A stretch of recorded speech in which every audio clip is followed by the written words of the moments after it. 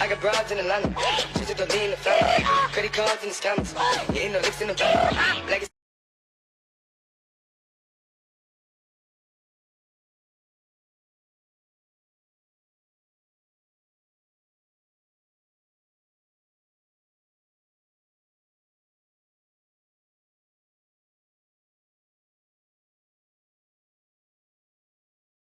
غوث پاک کا دھوبی یہ social media پر آج کل آپ کو پتہ ہے میمز کا دور ہے، تو بہت سارے میمز بن رہے ہیں اس پر. یہ کیا غوث پاک کا دھوبی کیا معاملہ؟ یہ تھوڑی عوام اہل سنت کو تھوڑا گائیڈ کیجیے گا، رہنمائی کیجیے گا. بالکل جی، سوشل میڈیا کے اوپر جہاں اور بہت سارے فتنوں نے حال ہی کے اندر جنم لیا ہے، وہیں ایک فتنہ یہ میمز کا بھی ہے. اور بعض اوقات تو بہت بری بری میمز بناتے ہیں، نہ انہوں نے دیکھنا ہوتا ہے کوئی شرعی مسئلہ ہے، شرعی حکم ہے، یہ حدیث ہے، یہ کیا بات ہے، بس میم بنا دینی ہے.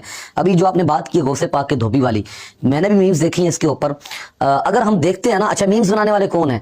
یہ وہ لوگ ہیں کہ جن کو بریلویت سے چڑ ہے، اور تھوپتے کس کے اوپر ہے کہ یہ بریلویوں نے بیان کی ہے، بریلویوں نے لکھی ہے، حالانکہ حقیقت سے اس کا تعلق نہیں ہے.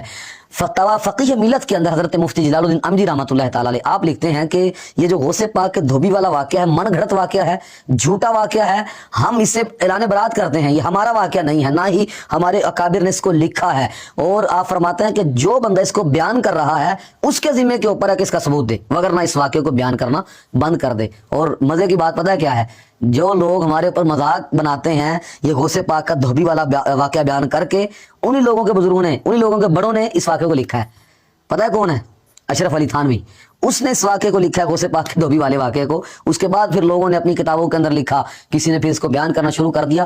یہ تو غوث پاک کے دھوبی والے واقعے کی حقیقت تھی. اس کو ذرا سائڈ پہ رکھنے. اصل جو ہے جس چیز کو بیس بنا کے اعتراض کیا جاتا ہے وہ تصرفات اولیاء، کہ کیا اللہ تعالیٰ اولیاء کو یہ تصرف دیتا ہے کہ وہ خود کسی اور جہان میں ہوں، خود کسی اور عالم میں ہوں، اور وہ کسی دوسرے عالم والے کی مدد کریں. مثلا لوگ یہی اعتراض کرتے ہیں نا کہ اولیاء جن کی تم بات کرتے ہو وہ تو عالم برزخ میں ہیں، وہ تو فوت ہو چکے ہیں، قبروں میں جا چکے ہیں، تو وہ عالم دنیا کے اندر کسی بندے کی کیسے مدد کر سکتے ہیں؟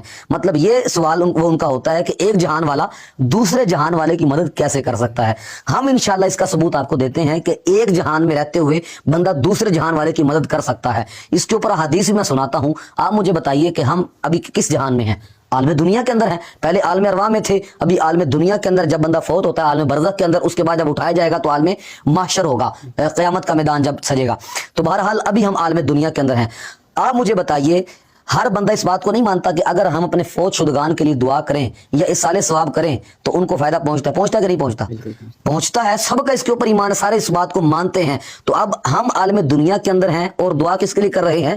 جو عالم برزخ کے اندر جا چکا ہے. ایک جہان میں رہتے ہو ہم دوسرے جہان والے کے لیے دعا کر رہے ہیں، اور اس بات کو مانتے بھی ہیں کہ ہماری دعا کا، ہمارے صالح ثواب کا اس کو فائدہ پہنچے گا، فائدہ اس کو ہو رہا ہے. بلکہ وہ آپ نے بخاری شریف کی حدیث پاک سنی ہوگی، حضور علیہ الصلوۃ والسلام ایک دو قبروں کے پاس سے گزرے، فرمایا کہ ان دونوں قبروں سے آوازیں آ رہی تھی.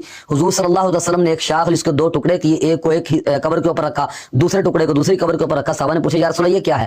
فرمایا ان دونوں کو عذاب ہو رہا تھا، اور بڑی باتوں کے عذاب نہیں ہو رہا تھا.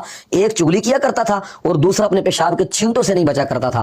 اب وہ ٹہنیاں رکھی، حضور یہ کیا ہے؟ فرمایا جب تک یہ ٹہنیاں سبز رہیں گی، تر رہیں گی، اللہ تبارک و تعالیٰ ان کے عذاب کو اٹھا لے گا، عذاب میں تخفیف ہو جائے گی.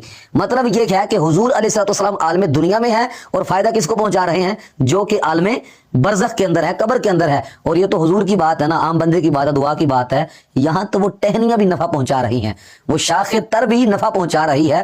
اگر شاخ تر نفع پہنچا رہی ہے، ایک عام بندہ نفع پہنچا رہا ہے، حضور علیہ الصلوۃ والسلام نفع پہنچا رہے ہیں، تو مجھے بتائیے کہ کیا یہ بعید ہے کہ کوئی بندہ عالم برزخ کے اندر ہو اور وہ نفع پہنچا رہا ہو عالم دنیا والوں کو؟ عالم دنیا والوں کو بھی وہ نفع پہنچا سکتا ہے، جس طرح کہ ایک شاخ تر عالم دنیا کے اندر ہے، نفع کس کو پہنچا رہی ہے؟ جو عالم برزخ کے اندر ہے. تو اللہ تبارک و تعالیٰ کے، معذرت میں آپ کی بات سنتا ہوں، اللہ تبارک و تعالیٰ کے جو اولیاء ہیں ان کو اللہ تبارک و تعالیٰ اختیارات دیتا ہے، تصرف دیتا ہے کہ وہ خود عالم برزخ کے اندر ہے لیکن عالم دنیا والے کی وہ مدد کر سکتے ہیں. جی دیکھیں نا، اس میں ایک سوال یہ بھی ذہن میں آتا ہے کہ پیارے آقا علیہ الصلوۃ والسلام تو نبی ہیں اور آپ تو غوث پاک کی بات کر رہے ہیں.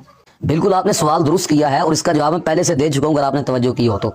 یہاں میں نے پہلے بات کی تھی کہ ایک عام بندہ عالم دنیا میں ہوتے ہوئے اس بندے کو نفع پہنچا رہا ہے کہ جو کہ عالم برزخ کے اندر ہے، تو پھر اللہ تبارک و تعالیٰ کے اولیاء کی شانیں تو عام بندوں سے بہت بڑھ کے ہوتی ہیں. اللہ تبارک و تعالیٰ ان کو جو کمالات عطا کرتا ہے وہ تو عام بندوں کے پاس نہیں ہوتے. عام بندہ نفع پہنچا رہا ہے تو غوث پاک ہو یا اللہ کا کوئی اور ولی ہو وہ نفع کیوں نہیں پہنچا سکتا؟ تو ہمارا عقیدہ الحمدللہ بالکل واضح ہے کہ اللہ تبارک و تعالیٰ کے اولیاء کو اللہ تعالیٰ اختیارات، تصرفات عطا کرتا ہے. اور ہم یہ نہیں کہتے وہ ذاتی طور پہ کرتے ہیں، بلکہ عقیدہ ہمارا اس کے اندر یہ ہوتا ہے کہ وہ اللہ تعالیٰ کی عطا سے کرتے ہیں، اللہ تعالیٰ کے دیے سے کرتے ہیں. پھر اللہ تبارک و تعالیٰ کی عطا کا اگر کوئی انکار کرتا ہے تو وہ اولیاء کا انکار نہیں کر رہا، اللہ کی عطا کا انکار کر رہا ہے. اللہ تبارک و تعالیٰ سمجھنے کی توفیق عطا فرمائے. جزاک اللہ حضور، آپ نے بہت احسن انداز میں ہماری تربیت فرمائی. اللہ کریم آپ کو برکت عطا فرمائے. جزاک اللہ خیر. تو جی ناظرین، جیسا کہ آپ نے سنا کہ کس طرح سے